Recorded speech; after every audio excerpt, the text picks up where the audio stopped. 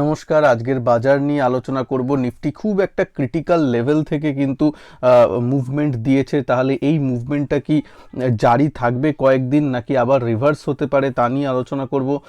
কোনো কি positional trade নেওয়ার মতো ব্যবস্থা হয়েছে নিফটিতে সেটা তো দেখবই, তার সাথে সাথে কিছু স্টকে খবর নিয়ে আলোচনা করব, স্পেশালি আইটিসি যেখানে ডিমার্জারের রেশিও এসে গেছে তাদের হোটেল বিজনেসের, সেটা নিয়ে আলোচনা করব এবং কিছু স্টক নিয়ে আলোচনা থাকবে। বিদেশের বাজার দেখব, এফআইআই ডিআইআইদের আজকে কেমন ক্যাশ ফিগার রয়েছে বাই বা সেলের, সেগুলো নিয়ে আলোচনা করব। মন দিয়ে ভিডিওটাকে শেষ পর্যন্ত অবশ্যই দেখবেন, ভালো লাগলে লাইক করবেন, আর যারা চ্যানেলে নতুন তারা চ্যানেলকে সাবস্ক্রাইব করে বেল আইকনকে অবশ্যই প্রেস করে দেবেন যাতে নতুন কোনো ভিডিও রিলিজ হলে তার নোটিফিকেশন আপনার কাছে চলে আসে। তো দেখুন, যারা আমার এই চ্যানেলটা ফলো করছেন বিগত 3-4 দিন ধরে বা 5 দিন ধরে, আমি কিন্তু একটা লেভেল আপনাদের সাথে বারবার বলছিলাম, সেটা হচ্ছে 19,300। ইভেন বাজার যখন এইসব জায়গাতেও চলছিল অনেক দিন আগেও, তখনও আমি বারবার বলছিলাম যে 19,300 এই লেভেলটা কিন্তু ইম্পর্টেন্ট। ঠিক আছে, যদি এই লেভেলের এই কনসলিডেশন জোনের মধ্যে নিফটি ঢুকে যায়, যেটা ঢুকে গেছে অলরেডি, এই 4-5 দিন এর মধ্যেই ছিল, তাহলে 19,300টা হচ্ছে খুব ক্রিটিক্যাল একটা লেভেল। এবার এক্স্যাক্টলি তো একটা 19,000-এর ইন্ডেক্স এক্স্যাক্টলি তো পয়েন্ট পার্টিকুলার হয় না, একটা জোন হয়। তো আজকে মানে 25-30 পয়েন্টের 50 পয়েন্টের একটা জোন হয়।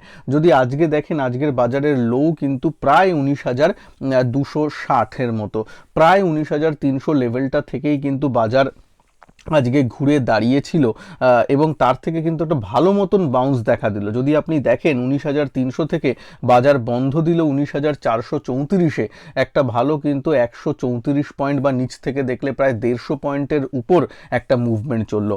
আজকে আমি আমার পোর্টফোলিও হেজিং ক্লাস ছিল, লাইভ মার্কেটে ক্লাস ছিল পোর্টফোলিও হেজিং উইথ এফএনও বা উইথ অপশন নিয়ে, তাতে আমি লাইভ মার্কেটে ছিলাম এবং তখন একটা কথা স্টুডেন্টদের বলছিলাম বা শেয়ার করছিলাম যে 19,300 19,250 এটা সাপোর্ট জোন, এখানে অ্যাটলিস্ট এলে আমি নেগেটিভ সাইডে পজিশন নেব না। হ্যাঁ, পোর্টফোলিওর জন্য কিছু হেজ করলাম উপরে, সেটা আলাদা ব্যাপার, কিন্তু সাপোর্টে আমার নেগেটিভ সাইডের জিনিস হবে না, বরং সাপোর্টে এলে আমি অ্যাড করব, আমার লং টার্ম পোর্টফোলিওতে জিনিসগুলো অ্যাড করব সাপোর্টে, ইম্পর্টেন্ট সাপোর্ট লেভেলগুলোতে। তো সেই জিনিসটা একটু আপনাদের সাথেও শেয়ার করছি। ইম্পর্টেন্ট লেভেলে যেখানে লং টার্ম আপনার পোর্টফোলিও, শর্ট টার্ম ট্রেডিং নিয়ে কথা বলছি না, লং টার্ম পোর্টফোলিওতে কিন্তু অল্প একটু অ্যাড করা যায় যখন ইম্পর্টেন্ট সাপোর্ট লেভেলে আসবে। তো আজকে যারা ক্লাসটাও করেছো তাদের কেমন লেগেছে পুরো অ্যাজ আ হোল পুরো ক্লাস, একটু কমেন্ট বক্সে জানিও তোমরা। আচ্ছা, তো নিফটি তাহলে খুব সুন্দর নিচ থেকে একটা বাউন্স কিন্তু দিয়েছে। এবার বাউন্সটা কি টিকবে, প্রশ্নটা হলো এইটা। হ্যাঁ, কারণ এখানে তো আরেকবারও হয়েছিল, এখান থেকে বাউন্স দিয়েছিল, এবার বাউন্স দিয়ে কিন্তু আগের যে সুইং হাই সেটাকে কিন্তু ক্রস করেনি, তার আগেই নেমে এসেছে। এইবারের বাউন্সটা তাই জন্য খুব ইম্পর্টেন্ট। কেন? এইবারের বাউন্সটায় যদি এই হাইয়ের থেকে লোয়ার হাই করেও নিচে ঘুরে যায় এবং আগের এই লোটাকে কেটে দেয়, তার মানে বুঝতে পারছেন একটু খারাপ অবস্থা হয়ে যাবে। মানে লোয়ার হাই এই যে প্যাটার্ন তৈরি করে চলছে নিফটি, সেটা আরও কনফার্ম হবে। এই যে উপরে উঠেছিল, তারপর দেখুন এরকম এরকম এরকম লোয়ার হাই করে যাচ্ছে, আজকে একটু উপরে উঠেছে, এইখানে দাঁড়িয়ে আছে। তারা বুঝতে পারছেন এই যে জোনটা হচ্ছে, এই জোনটা সেই অর্থে যদি বলেন ডে ট্রেডার হিসেবে নো ট্রেড জোন। হ্যাঁ, খুব দূরের কল সেল করলেন, নিচের খুব দূরের পুট সেল করলেন, বা কিছু স্ট্র্যাঙ্গেল করলেন, কিছু স্ট্র্যাটেজি করলেন, সেগুলো আলাদা ব্যাপার। কিন্তু তাছাড়া সেই অর্থে কিন্তু সাপোর্ট বা রেজিস্ট্যান্সে আমরা নেব সেইটা। অ্যাজ আ ডিসক্লেমার আপনাদের বলে রাখি, যেহেতু আজকে নিচ থেকে ভালো বাউন্স দিয়েছিল, তাই জন্য আমি 19,350 370 এই সব লেভেলগুলোর সময় কিন্তু আমি পার্সোনালি একটু লং পজিশন নিফটিতে ক্রিয়েট করেছি। তো সেটা আমার ক্যারি চলছে, যেহেতু এইখানে ইম্পর্টেন্ট সাপোর্ট জোন থেকে আজকেও বাউন্স দিয়েছে, তাই জন্য অ্যাজ আ ডিসক্লেমার কোনো বাই সেল বা হোল্ড রেকমেন্ডেশন নয়, নিজেদের ফিনান্সিয়াল অ্যাডভাইজারের অ্যাডভাইস নিয়েই কাজ করবেন। ওকে, তো কারণ নিচ থেকে দেখুন আজকে সুন্দর ফার্স্ট 15 মিনিটেই যা সেলটা হয়েছে, তারপর কিন্তু আর সেলিং নেই, একটু শর্ট কভার বলতে পারেন, সেই জিনিসগুলোও হয়েছে ক্রিটিক্যাল লেভেলের উপরে, কিন্তু কারণ ডের হাইয়ের উপর কিন্তু গেছিল মার্কেট অনেকবার, আজকে কিন্তু চান্স দিয়েছে এন্ট্রির, মানে এইখানে দেখুন দিনের হাই, এখানে এখানে এখানে এন্ট্রি দিয়েছে একবার, এখানে পরের বার এন্ট্রি দিয়েছে, প্রথম এন্ট্রি কিন্তু এখানেই, এখানে নিচে এসে যখন এখানে কনসোলিডেট করে এই ক্যান্ডেলে ব্রেকআউট দিল, এই সব জায়গায় কিন্তু এন্ট্রি হয়, ঠিক আছে, আমার এন্ট্রিগুলো এই সব দিকেই ছিল, ঠিক আছে। তারপর এখানে উঠেছে, আবার একটু নিচে নেমেছে, কিন্তু আগের যেখান থেকে ব্রেকআউট দিয়েছে সেকে কিন্তু তাকে কিন্তু ভেঙে নিচে আসেনি, ওয়েট করেছে, এবং তারপর আবার যখন হচ্ছে, মানে এইখানে তো একবার এন্ট্রি হলো, ঠিক আছে, এখানে কিন্তু আরেকবার সুযোগ দিল, হ্যাঁ, দিনের হাই যখন ব্রেক করেছে, তারপর সেটা সাস্টেন করে শেষের দিকে তো একটু প্রফিট বুক হয়ে অল্প একটু বন্ধ হলো, মানে ক্লোজিং বা চার্ট প্যাটার্ন ভালো মোটামুটি। এবার দেখা যাক কালকে কন্টিনিউ হয় কিনা, সেটা যদি আমি দেখি তাহলে একটু দেখবো যে ডাও জোন্স কেমন চলছে, ইউএস মার্কেট কেমন চলছে। যদি দেখেন ইউএসের ফিউচার যখন আমাদের ভারতীয় বাজার চলছিল, তখন কিন্তু প্রায় 60-70 পয়েন্ট ডাও জোন্স পজিটিভ ছিল, সেখান থেকে কিন্তু এখন 11 পয়েন্ট মাত্র পজিটিভ, তার মানে বুঝতে পারছেন ততটা পজিটিভিটি নেই। কিন্তু S&P 500 এবং ন্যাসড্যাক, মানে টেক সেক্টরের উপর বা টেক স্টকের উপর ভর করে কিন্তু আমেরিকার যে প্রধান মার্কেট আছে সেটা কিন্তু বেশ বাড়ছে, ন্যাসড্যাক এবং S&P। তবে স্মল ক্যাপটা একটু থিতিয়ে আছে, ভিক্স একটু বাড়ছে, তার মানে মিক্সড কিউজ, মানে ইউএস থেকে যে একদম ক্লিয়ার কাট কোনো বুলিশ বা বিয়ারিশ ভিউ আসছে তা কিন্তু নয়, একটু মানে মিক্সড বলতে পারেন। ইউরোপ কেমন বন্ধ হয়েছে, একদম মিক্সড দেখতে পাচ্ছেন, তবে একটু পজিটিভ বায়াস আছে, তবে একদম যে খুব বুলিশ তাও নয়, ঠিক আছে।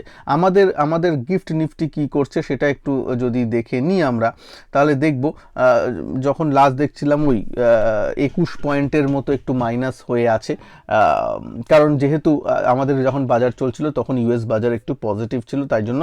তবে আমার মনে হয় মানে নিউট্রাল বাজার চলছে, ইউএসের মার্কেট গ্রিন হলেও খুব একটা ভালোও নয়, খুব একটা খারাপও নয়, এটা বলতে হবে। মানে এটা দেখুন, যদি S&P 500 দেখেন 0.5% প্লাস, তার মানে তো অনেক ভালো, তাও কিন্তু নয়, কারণ ভিক্সটাও বাড়ছে, এইও বাড়ছে, তো মোটামুটি একটা বাজার।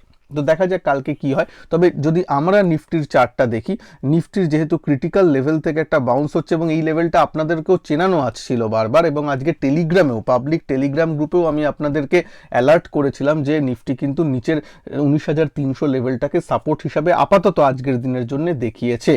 তো যারা এখনো পাবলিক টেলিগ্রাম গ্রুপে ফ্রি অফ কস্টে জয়েন করেননি, তারা এই ভিডিওর ফার্স্ট কমেন্ট বক্সে আমার ডিটেলস দেওয়া আছে, লিঙ্ক দেওয়া আছে পাবলিক টেলিগ্রাম গ্রুপের, সেখান থেকেই লিঙ্ক থেকেই জয়েন করে নেবেন, নাহলে অনেক ফেক গ্রুপ আছে, ভুল গ্রুপে জয়েন হয়ে নেবেন না।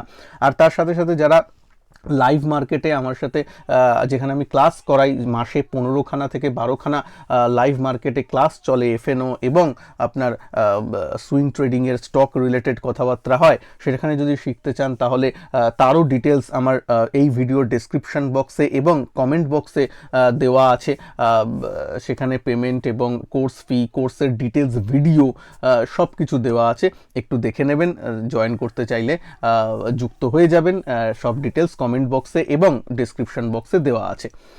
তো আমাদের যেটা হচ্ছে, যে নিফটি নিয়ে তো জানলাম, এবার ব্যাংক নিফটি নিয়ে, ব্যাংক নিফটি কি হচ্ছে, ব্যাংক নিফটি একটু আলোচনা করে নিই। এবং অ্যাজ আ ডিসক্লেমার, যেহেতু আমার নিচের তরফ থেকে ওই 350 হ্যাঁ 50-55 আমার যেহেতু একটা পজিশন নেওয়া আছে, সুতরাং দেখা যাক কালকে এটা কি হতে পারে। যদিও একটু নিচে পজিশনটা ক্রিয়েট করা আছে, তার একটা কুশন আছে, তাও দেখতে হবে যে এই আপ মুভটা ফলো আপ হয় কিনা। আচ্ছা, কালকেও এসটি ট্রেডিং চ্যাম্প ব্যাচের সাথে ক্লাস আছে। এবার কালকে বলতে আপনারা 15th আগস্ট বলছেন, তা নয়, 15th আগস্ট কিন্তু ছুটি, 16th আগস্ট মার্কেট খোলা আছে, মানে ট্রেডিং হবে কিন্তু সেটেলমেন্ট হলিডে, ঠিক আছে, মানে সেটেলমেন্ট হলিডে মানে মার্কেট হলিডে নয়, তার মানে নেক্সট দিন যখন বলছি সেটা 16th অগস্টের কথা বলছি, ঠিক আছে, 16ই অগস্ট। এবার আসি যে নিফটি ব্যাংক কি করছে। নিফটি ব্যাংক কিন্তু একটু নিফটির তুলনায় দুর্বল, সেটা বুঝতেই পারছেন, উপর থেকে যে লোয়ার লো এরকম করে এসেছে।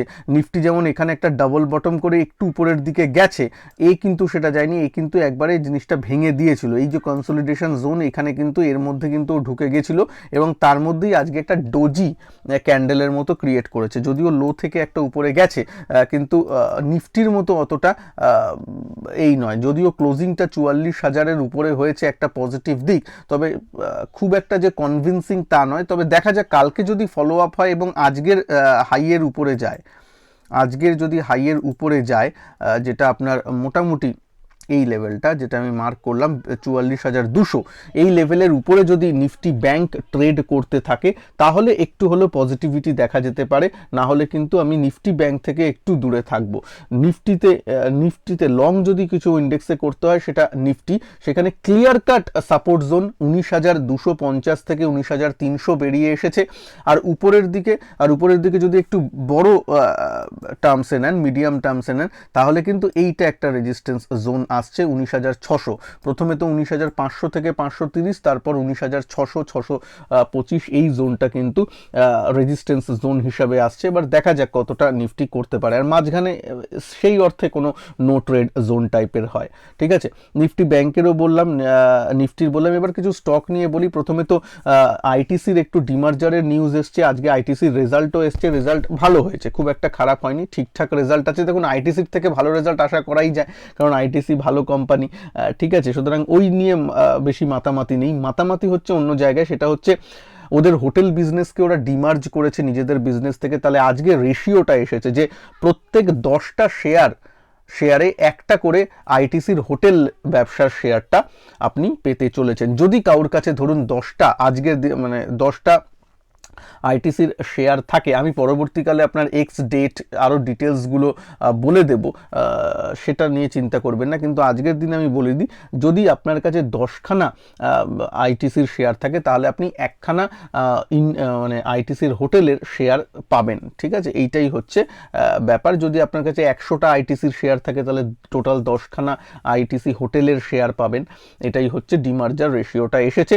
যদিও এই প্রসঙ্গে বলে রাখি, যেমন জিও ফিনান্সিয়াল সার্ভিসেস ডিমার্জ হয়েছিল রিলায়েন্স থেকে, এবং সেই শেয়ার কিন্তু আপনার 10 তারিখ, এই 10ই আগস্ট নাগাদ, আপনার 10-11 তারিখে আপনাদের ডিম্যাট অ্যাকাউন্টেও প্রত্যেকের ক্রেডিট হয়ে গেছে। হয়তো ব্রোকারের টার্মিনালে দেখাচ্ছে না, কিন্তু হয় সিডিএসএল থেকে ইমেল পাবেন, বা ব্রোকারের তরফ থেকে ইমেল পাবেন, বা ব্রোকারকে মেলও লিখতে পারেন।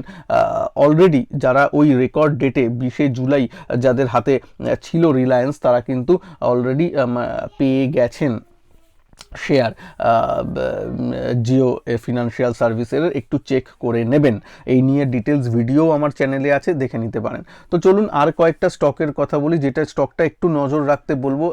সেই স্টকটা হচ্ছে একটু এনটিপিসি। একটু দেখতে পাচ্ছেন যে লেভেল এখন কেনার লেভেলের প্রায় কাছে এসেছে বলে, প্রথম যে লেভেলটা আমি বলছি সেটা হচ্ছে 209 নাগাদ, প্লাস মাইনাস 1-2 টাকা ওইসবগুলো করে নিতে পারেন, 1%, সেটা না। 208-209 জোনে যদি আসে, প্রথম একটু দেখা যেতে পারে। সেকেন্ড একটা জোন সেটা সবচেয়ে ভালো, সেটা হচ্ছে এই 198 থেকে 200, এই জোনটা, যেখান থেকে আগে ব্রেকআউট দিয়েছিল। যদি এই কারেকশানে এখানে আসে, তবে এতটা হয়তো কারেকশান নাও আসতে পারে, তাই জন্য ফার্স্ট কারেকশানটা 209, 210 ওই বললাম, যার প্রায় সামনে আছে। আজকে দেখুন 211 ছুঁয়ে এসেছে, প্রায় তার কাছেই আছে একই জায়গা। কিন্তু এই জায়গাটা একটু দেখার জায়গা এনটিপিসিকে, এই জায়গায় একটু নজরে রাখবেন। আপনার এই জায়গাটাও আমি মার্ক করে রাখছি, এটা ফার্স্ট লেভেল। ওকে, তাছাড়া বলবো আরেকটা স্টকের দিকে একটু আমরা নজর রাখতে পারি, যেখানে নজর সবসময় আছে, সেটা আছে টাটা মোটরস। আজকে 600 ছুঁয়ে আমি এখানে এই লাইনটা টেনে দিয়েছিলাম, যে এই লাইনটা আগের রেজিস্ট্যান্সের একটু সাপোর্ট জোন, এখানে এলে একটু দেখা যেতে পারে। আজকে এখান থেকে কিন্তু দুবার বাউন্স নিয়েছে, এর আগের দিনও বাউন্স নিয়েছে, আজকেও 600-র নিচে এসে আবার 600-র উপরে ক্লোজিং দিয়েছে। সুতরাং 600 লেভেলটা কিন্তু সাইকোলজিক্যালিও একটা ক্রিটিক্যাল দিক আছে। তবে 600-র নিচে যদি ট্রেড করতে থাকে তাহলে একটু মুশকিল, যদি 600-কে সাপোর্ট করে উপরে থাকে দেন ইটস ওকে। সুতরাং 600 লেভেলটার উপর কিন্তু প্লাস মাইনাস 2-3 পয়েন্ট করে নেবেন, ওই লেভেলটা কিন্তু ক্রিটিক্যাল লেভেল বা ইম্পর্টেন্ট লেভেল, সেই দিকে একটু নজর আপনারা রাখবেন। যাই হোক, আর মোটামুটি বাজার নিয়ে এখনও আমি আশাবাদী। দেখুন নিফটিকে যদি বড় হিসাবে দেখেন, 20,000 থেকে কারেক্ট হয়েছে বাজার এবং 19,300-তে এসেছে। আজকে তো 19,250-এ এসেছিল, মানে 19,300-তে ধরুন রাউন্ড ফিগারে এলো। তাহলে মোটামুটি 700 পয়েন্টের কিন্তু একটা কি বলে একটা ডাউনওয়ার্ড মুভ বা একটা কারেকশন একে বলবো, 700 পয়েন্টের একটা কারেকশন দেখা গেল, সেটা কিন্তু 3 থেকে 4%-এর মতো নিফটির এমনি পয়েন্টসের টার্মসে। সুতরাং বুল মার্কেটেও রানিং কারেকশন 3 to 5% যে কোনো সময় আসতে পারে, এটা খুব খুব খুব স্বাভাবিক ব্যাপার এবং মার্কেটের হেলথের পক্ষে কিন্তু এটা খুবই ভালো। প্রবলেমটা হচ্ছে এই কারেকশনটা কি আরো ঘনীভূত হবে, সেইটা আমাদের ইম্পর্টেন্ট জোন। তার জন্যই 19,250 আর 300 এই জোনটাকে দেখতে হবে। এই জোনটাই বলে দেবে যে কারেকশনটা আরো ঘনীভূত হবে নাকি এখানেই যা হওয়ার হয়ে গেল। কেন কেন এই কথাটা বলছি শুধুমাত্র এফআইআইদের ডেটা নিয়ে। এফআইআইদের যে ফিগারগুলো আসছে সেটা কিন্তু খুব একটা আশাব্যঞ্জক নয়। আজকেও কিন্তু এফআইআইদের ক্যাশ মার্কেটে, যেটা একটু ইম্পর্টেন্ট হয়ে দাঁড়ায়, ক্যাশ মার্কেটে সেলের ফিগারটা কিন্তু বেশ ভালো রকমের এসেছে, প্রায় 2,000 কোটি টাকার উপরে ক্যাশ মার্কেটে সেলিংয়ের ফিগার এসেছে, যেটা কিন্তু একটু ভুরু কুচকানোর মতো যে এত তারা সেলিং করছে। অলরেডি অনেকটা সেল করে এসেছে তারা, তার সত্ত্বেও মার্কেটে এরকম তারা সেল করছে, যেটা একটু চিন্তাদায়ক ব্যাপার। সুতরাং আগামী দিনগুলোতে এফআইআই এর সেলিং যতক্ষণ না কমে যাচ্ছে ততক্ষণ কিন্তু নিফটিতে যে আগের মতো মানে একটা কনফিডেন্স লেভেলে আপনি মানে প্রত্যেকটা ডিপেই বাই করে গেলাম আরামসে, সেই ব্যাপারটা থাকবে না। এখন একটু কশাসলি ট্রেড করার সময় একটু পজিশন সাইজগুলো কম করে একটু ধৈর্য ধরে একটু সাবধানে ট্রেডিংটা করবেন, এটাই জাস্ট আমার বলার। যাই হোক, ভিডিওকে ভালো লাগলে লাইক শেয়ার অবশ্যই করে দেবেন। আর যদি এসটি ট্রেডিং চ্যাম্প ব্যাচে যুক্ত হতে চান, যেখানে অনেক কিছু নতুন কিছু ব্যাপার এসেছে, পোর্টফোলিও ট্র্যাকিংয়ের ব্যাপারগুলো আমি এনেছি, তার ভিডিওটাও আমি এই আপনাদের এন্ড স্ক্রিনে চলে আসবে, সেইখানে কি কি থাকছে ব্যাপারটা দেখে নেবেন। যদি জয়েন করতে চান জয়েন হয়ে যাবেন। ভালো থাকবেন, নমস্কার, জয় হিন্দ, বন্দে মাতরম।